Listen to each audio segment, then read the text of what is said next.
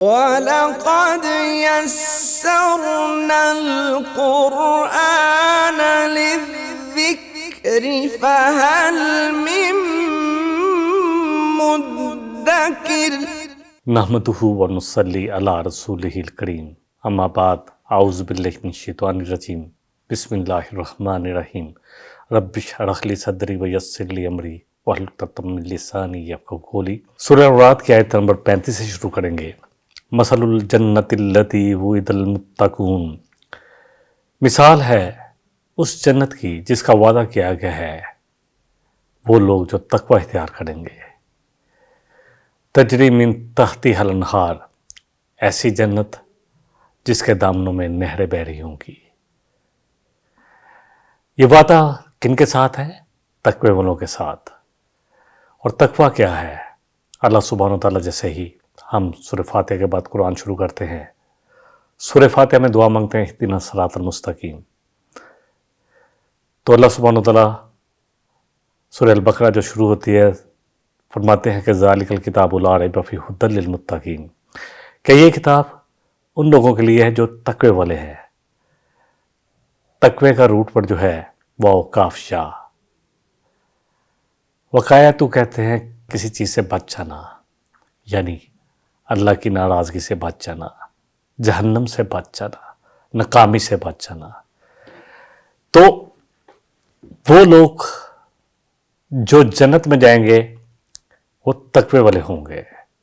تقوی ہر وہ چیز جو نقصان دے اس سے بچ جانا۔ ابی بن کعب رضی اللہ عنہ فرماتے ہیں کہ ایک دفعہ میں حضرت عمر رضی اللہ عنہ کے ساتھ ایک مجلس میں تھا تو تقوی پہ بات ہو رہی تھی، تو حضرت عمر رضی اللہ عنہ نے پوچھا کہ کعب آپ کچھ نہیں بولتے، یہ بہت بڑے مفسر قرآن بھی ہیں الحمدللہ۔ تو حضرت کعب نے حضرت عمر رضی اللہ عنہ کے کہنے پر کہا کہ امیر المومنین، کیا آپ کبھی خاردار جنگل سے گزرے ہیں؟ کہا ہاں گزرا ہوں۔ فرمایا کیسے گزرتے ہیں وہاں پہ جاتے ہوئے؟ فرمایا بڑا کانشیس ہو کے، بڑے احتیاط کے ساتھ، کیونکہ مجھے پتہ ہے کہ وہاں وحشی جانور بھی ہوں گے، وہاں سانپ بچھو بھی ہوں گے اور کانٹے دار جاڑے بھی ہوں گے، تو ہر طرح سے اپنے آپ کو کانشیس کرتے ہوئے، اپنے دامن کو بچاتے ہوئے میں وہاں سے گزرتا ہوں۔ فرمایا یہی تقویٰ ہے۔ دنیا میں بھی ہمارے ساتھ برائی کی اٹریکشن بہت ہے، سانپ بچھو جو جتنی بھی ہماری برائیاں معاشرے میں ہیں وہ ایسے ہی ہے جیسے ہر جگہ بچھی ہوئی ہیں۔ اب اپنے دامن کو، اپنے آپ کو بچا کر وہاں سے گزرنا ہے، اسی کا نام تقویٰ ہے۔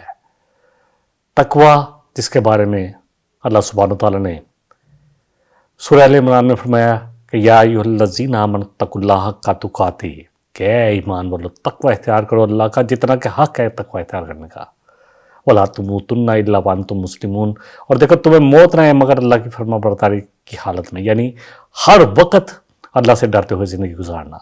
یہ نہیں ہے کہ چلو 2-3 گھنٹے موج میلہ کر لیتے ہیں پھر نیک ہو جائیں گے، کس کو پتہ کہ وہ 2-3 گھنٹے میں مجھے زندگی اس کے بعد بھی ملنی ہے کہ نہیں ملنی ہے، یا یہی میری موت کا وقت لکھا ہے۔ تو اس لیے تقویٰ وہ ہے کہ ہر وقت پوری زندگی جو ہے ہمیں، چاہے حلوت میں ہو، چاہے جلوت میں ہو، چاہے کہیں بھی ہوں، بازاروں میں ہوں، چاہے مارکیٹوں میں ہوں، چاہے سینٹ میں کوئی بیٹھا ہے، چاہے عدالت میں ہے، اللہ اکبر، تقویٰ اختیار کرنا ہے۔ ہوا اقرب للتقویٰ، دیکھا ہوا ہے ہماری عدالت کے بعد، اعدلوا ہوا اقرب، کہ انصاف کرو، یہ تقوی کے سب سے قریب تر ہے۔ اور جو ہماری عدالتوں میں ہو رہا ہے اس پر میں کیا بولوں، سب کچھ آج تو میڈیا دکھا ہی رہا ہے کہ کیا ہو رہا ہے۔ بہرحال ایسے لوگ جو تقوی والے ہیں ان کے ساتھ اللہ کا وعدہ ہے، ایسی جنتوں کا اللہ سبحانہ تعالیٰ نے مثال دی کہ ایسی جنتیں جن کے دامنوں میں ندیاں بہہ رہی ہوں گی، نہریں بہہ رہی ہوں گی۔ اور یہ نہریں کس قسم کی ہوں گی، اس کے بارے میں اللہ سبحانہ تعالیٰ نے سورہ محمد میں فرمایا ہے فیہا انہار من ماء غیر آسن، وہاں ایسی بہتی خوبصورت نہریں ہوں گی، تازہ فریش پانی کی، جو کبھی باسی نہیں ہوگا۔ اور ایسی نہریں دودھ کی خالص دودھ کی نہریں جو کبھی خراب نہیں ہوگا، جس میں تغیر نہیں آئے گا۔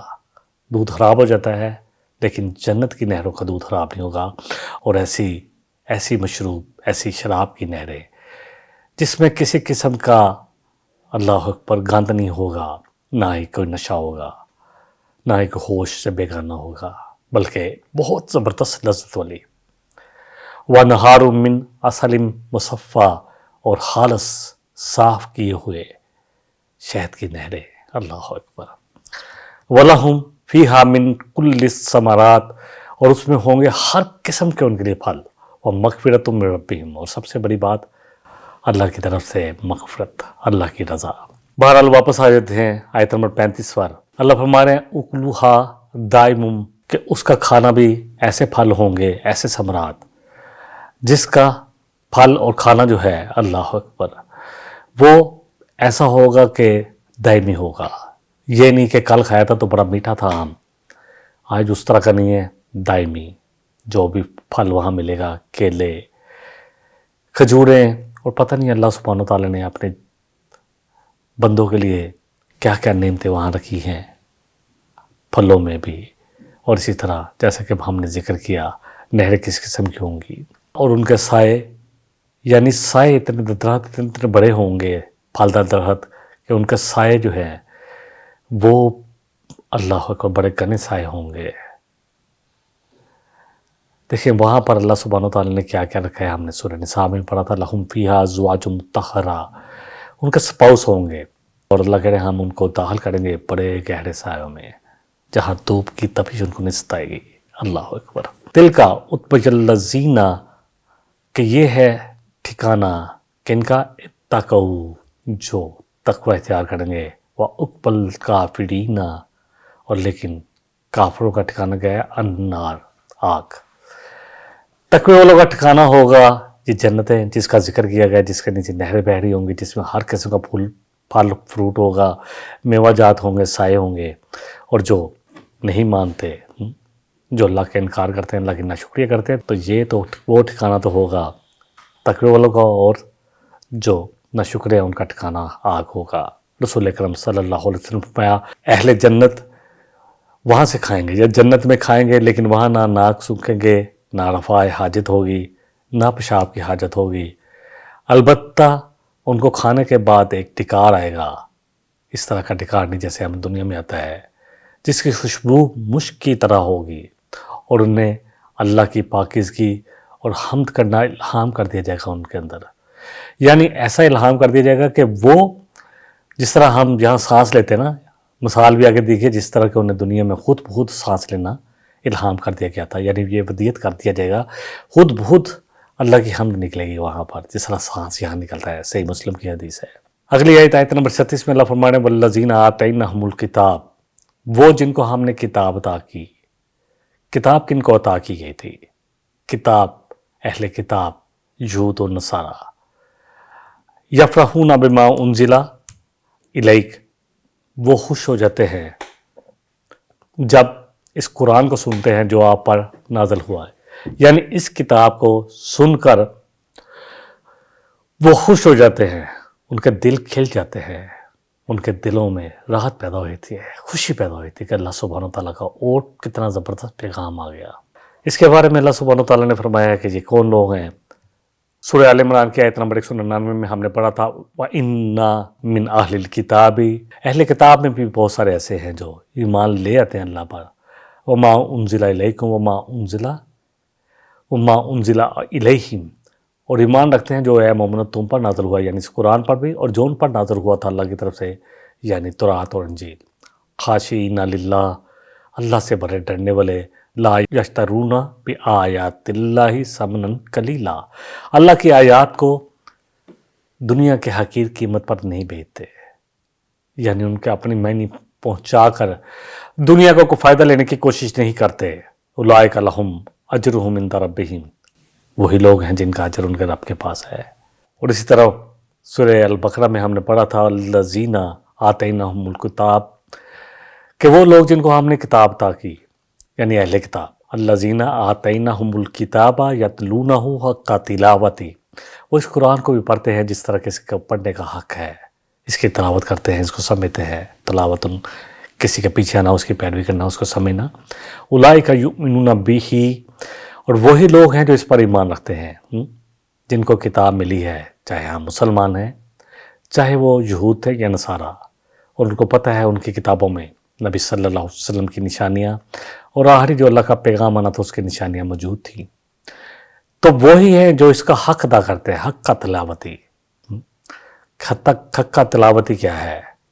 کہ قرآن کو سمجھنا، کتاب کو سمجھنا، اس کا اپنے اندر آبزرو کرنا، اس پر عمل کرنا، اس کے حلال کو حلال جاننا اور حرام کو حرام جاننا، فیصلے اس کے ساتھ کرنا اور پوری دنیا کے انسانوں تک پہنچانے کے لیے پوری کوشش کرنا۔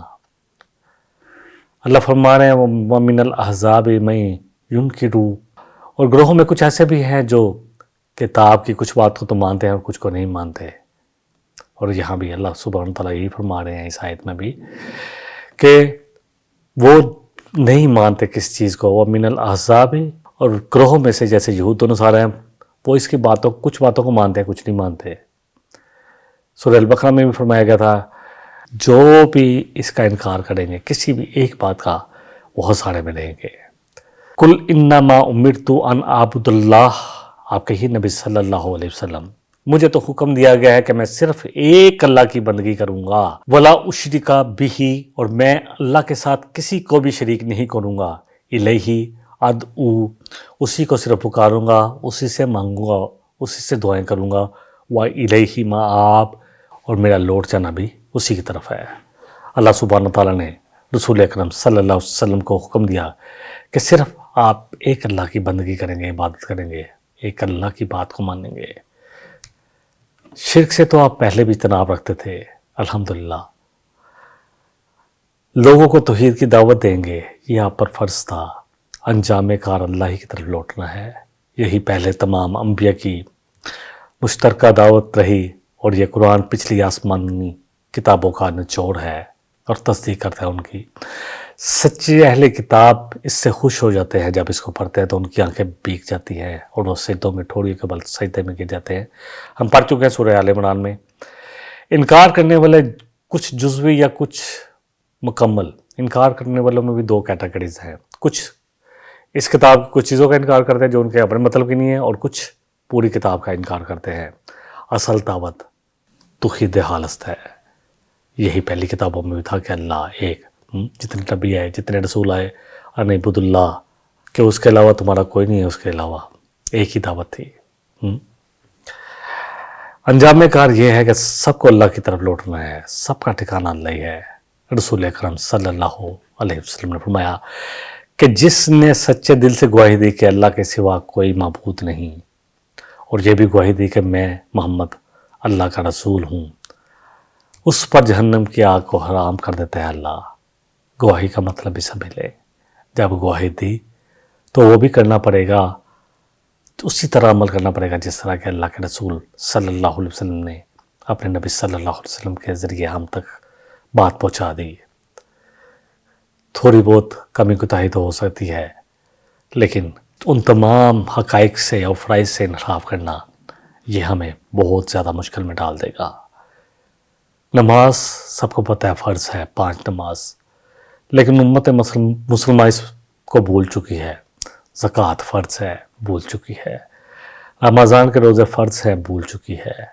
حج جس کے پاس استطاعت ہو، اس کو بھی ہم بہت سارے لوگ کامی ادا کرتے ہیں۔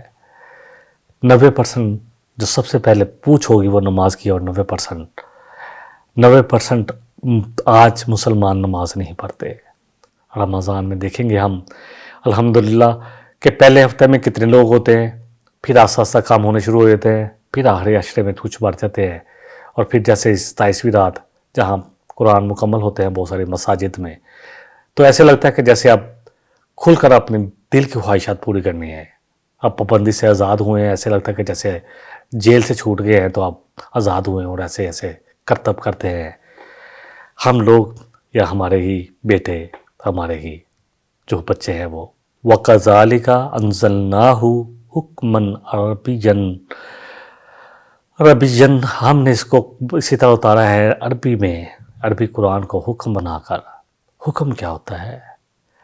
ایسی کتاب، ایسی چیز جس کو مانا جائے، جس کی اطاعت کی جائے، جس کی اتباع کی جائے، جس کے احکامات کو اپنی زندگی میں شامل کیا جائے، جو کتاب کہتی ہے اس پر عمل کیا جائے، کتاب میں جو احکامات ہیں ان کی حکم عدولی نہ کی جائے، یعنی قرآن عربی زبان میں واضح قانون ہے، فیصلہ اور ضابطہ حیات ہے۔ عدالت میں بھی فیصلے اس سے ہوں گے، سینٹ میں بھی اس سے ہوں گے، اسمبلیوں میں بھی اس سے ہوں گے، ملک کے جتنے فیصلے ہیں وہ اسی کے ساتھ ہوں گے۔ اللہ اکبر، تبھی تقویٰ آئے گا یہ دلو، کیونکہ یہاں پر سب جگہ پر ڈیفینیٹلی فیصلے جو ہوتے ہیں پوری قوم پر اثر انداز ہوتے ہیں، تو لکھا گیا ہے ہماری عدالتوں کے باہر کہ انصاف کرو، یہ سب سے زیادہ تقوی کے قریب تر ہے۔ عربی زبان میں کیونکہ اس وقت اس لیے آیا کیونکہ اس وقت اولین مخاطبین جو تھے جن کی طرف نبی صلی اللہ علیہ وسلم کو بھیجا گیا تھا وہ عربی بولتے تھے، تاکہ حجت پوری ہو جائے۔ اور یہ کتاب محض نصیحت نہیں بلکہ عملی نظام زندگی ہے۔ خالی اس کو پڑھ لینا اصالِ ثواب کے لیے اصالِ ثواب تو ہوگا، لیکن ہدایت کے لیے ہمیں اس کو سمجھنا پڑے گا، اس کے مطابق زندگی گزارنی پڑے گی۔ جو اس میں حلال ہے اس کو حلال ہی سمجھنا پڑے گا، اور جو حرام ہے اس کو حرام ہی سمجھنا پڑے گا، اور جو یہ کتاب کرنے کے لیے کہتی ہے وہ کرنا پڑے گا، اور جس سے یہ روکتی ہے اسے رکنا پڑے گا۔ لوگوں کو دعوت دینی ہے تو اس کتاب کے ذریعے، فیصلے کرنے ہیں چاہے گھروں کے ہوں چاہے بڑے فیصلے ہوں اس کتاب کے ذریعے ہوں گے۔ اللہ فرما رہے ہیں وَلَئِنِ اتَّبَعْتَ أَهْوَاءَهُمْ، اے نبی صلی اللہ علیہ وسلم اگر بفرض محال آپ نے بھی اتباع کی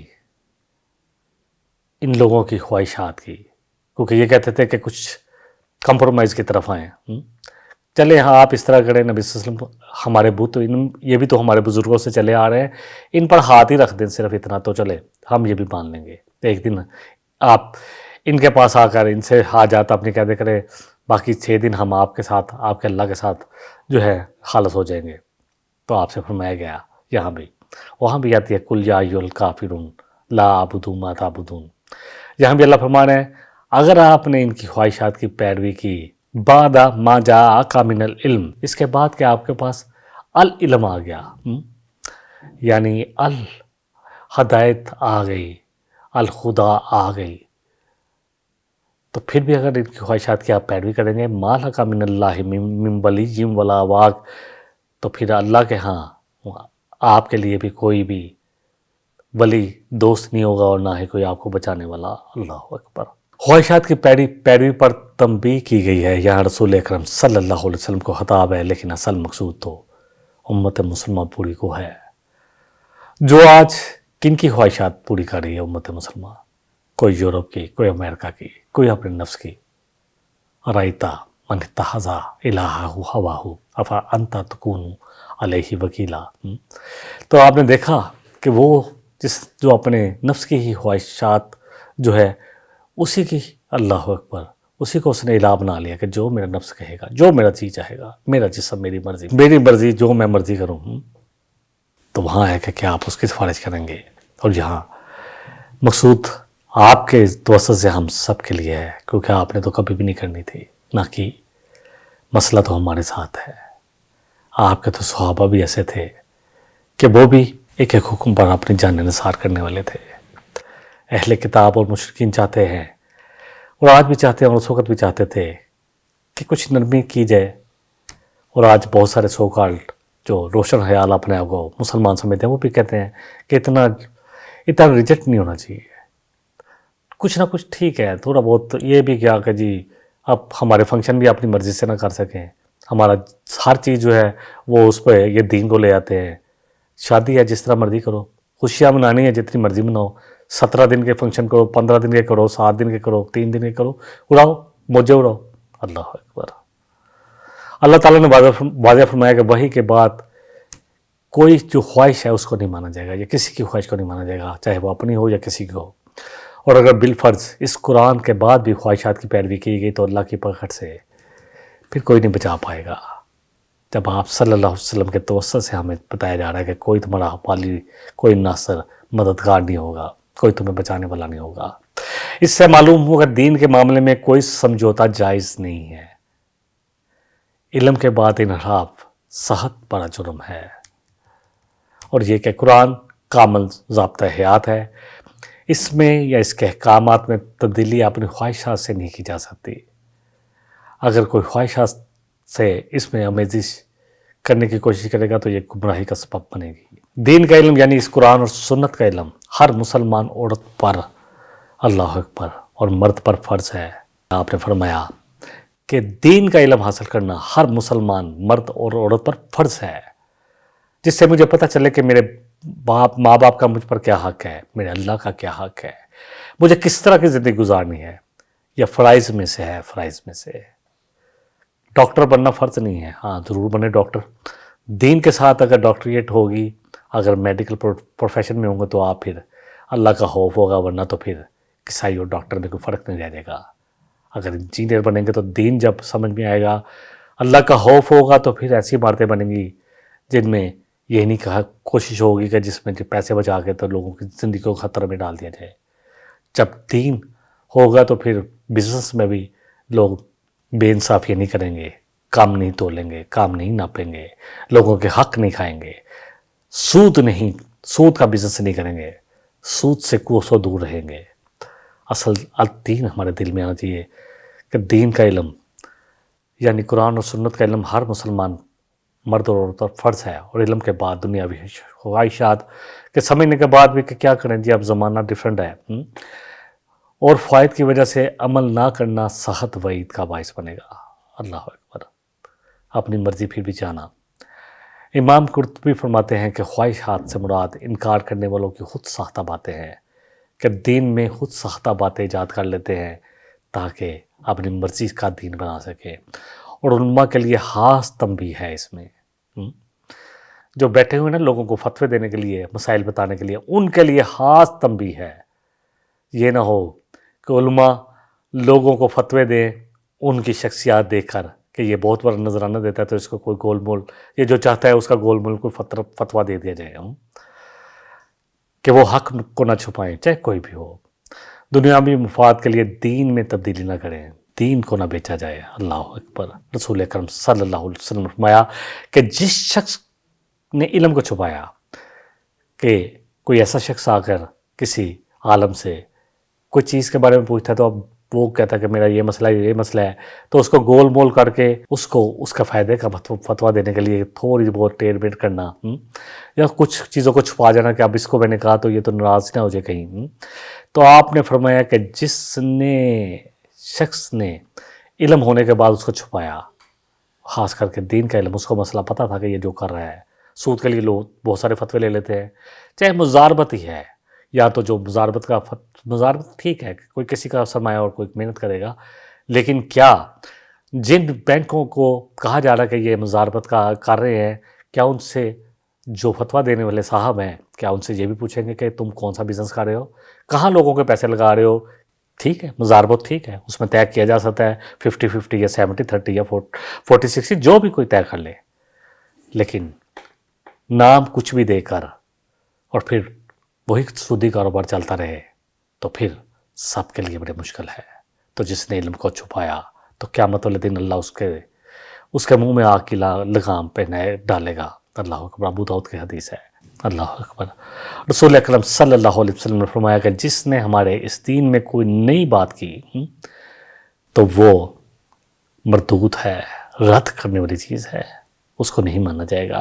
اگلی آیت 38 میں اللہ فرمانے والا قد ارسلنا رسلا من قبلک، اے نبی صلی اللہ علیہ وسلم آپ سے پہلے بھی ہم نے رسول بھیجے، وجعلنا لہم ازواجا وذریہ، اور ان کے لیے بھی بیویاں تھیں اور ان کی اولادیں تھیں۔ کفار کو یہ اعتراض تھا کہ نبی صلی اللہ علیہ وسلم اگر واقعی رسول ہیں تو یہ تو کھاتے پیتے ہیں ہماری طرح ہی، وہی حاجات جو ہمارے ساتھ ہیں وہ ان کے ساتھ بھی ہیں، پھر آپ نے شادیاں بھی کی ہیں۔ تو اللہ نے فرمایا کہ پہلے رسول ان کی بھی اولادیں تھیں، انہوں نے بھی شادیاں کی تھی۔ ابراہیم علیہ السلام 2 شادیاں، حضرت ہاجرہ، حضرت سارہ، ان کے بیٹے بھی تھے اسماعیل، اسحاق، یہ سب اللہ اکبر اللہ نے دیے تھے۔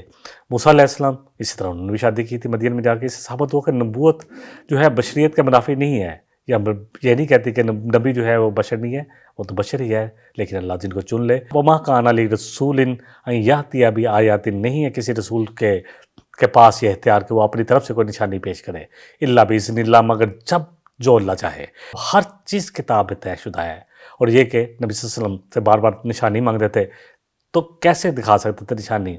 نشانی اپنے پاس سے کوئی رسول نہیں دکھا سکتے، وہ تو اللہ جو دیتا ہے، ہر نشانی ہر آیت جو ہے اللہ کی نشانی ہے، اگر کوئی سمجھ جس کو آئے، اس سے معلوم ہوا کہ نبی اللہ کے بندے ہیں، اللہ کے نبی ہیں، ہاں ان کا خاص معاملہ ہے کہ ان پر وحی آتی ہے، ہر چیز ایک مقرر وقت پر ہے، قوموں کا عروج و زوال، زندگی موت، سب کچھ اللہ کے ہاں لکھا ہوا ہے، نہ وقت سے پہلے عذاب آتا ہے اور نہ ہی اس کے بعد۔ امام طبری فرماتے ہیں کہ اس سے مراد ہے تقدیر کا لکھا ہوا فیصلہ جو پورا ہو کر رہے گا۔ آیت کو مکمل کر لیتے ہیں، اللہ فرما رہے ہیں یمحو اللہ ما یشاء، اللہ مٹا دیتا ہے جس کو چاہتا ہے اور جس کو چاہتا ہے اس کو رکھتا ہے باقی۔ وَعِندَهُ أُمُّ الْكِتَابِ، اور اس کے پاس ایک ایسی کتاب ہے لوح محفوظ جس میں ہر چیز تقدیر، ہر چیز درج ہے۔ رسول اکرم صلی اللہ علیہ وسلم نے فرمایا کہ صرف نیکی ہی جو عمر میں اضافہ کرتی ہے اور تقدیر کو محض دعا ہی ٹال سکتی ہے۔ اللہ سے مانگنا چاہیے کیونکہ ام الکتاب ہی اللہ کے پاس ہے اور اللہ جو چاہے کرے۔ ابن ماجہ کی حدیث ہے، بس اللہ جس کو چاہے یغفر لمن یشاء ویعذب من یشاء واللہ علی کل شیء قدیر، اللہ جس کو چاہے ہدایت دے اور جس کو چاہے اللہ اکبر عذاب دے، سب کچھ اللہ ہی کے ہاں ہے۔ یہ سورہ البقرہ کی آیت نمبر 84 ہے کہ اللہ جو چاہے وہ کر گزرتا ہے، اللہ تقدیر بھی بدلنے پر قادر ہے۔ اللہ سے مانگے، ہر چیز میرے اللہ کے ہاتھ میں ہے۔ واحد دعوانا ان الحمدللہ رب العالمین۔ إن هذا القرآن يهدي للتي هي أقوم ويبشر المؤمنين الذين يعملون الصالحات أن لهم أجرا كبيرا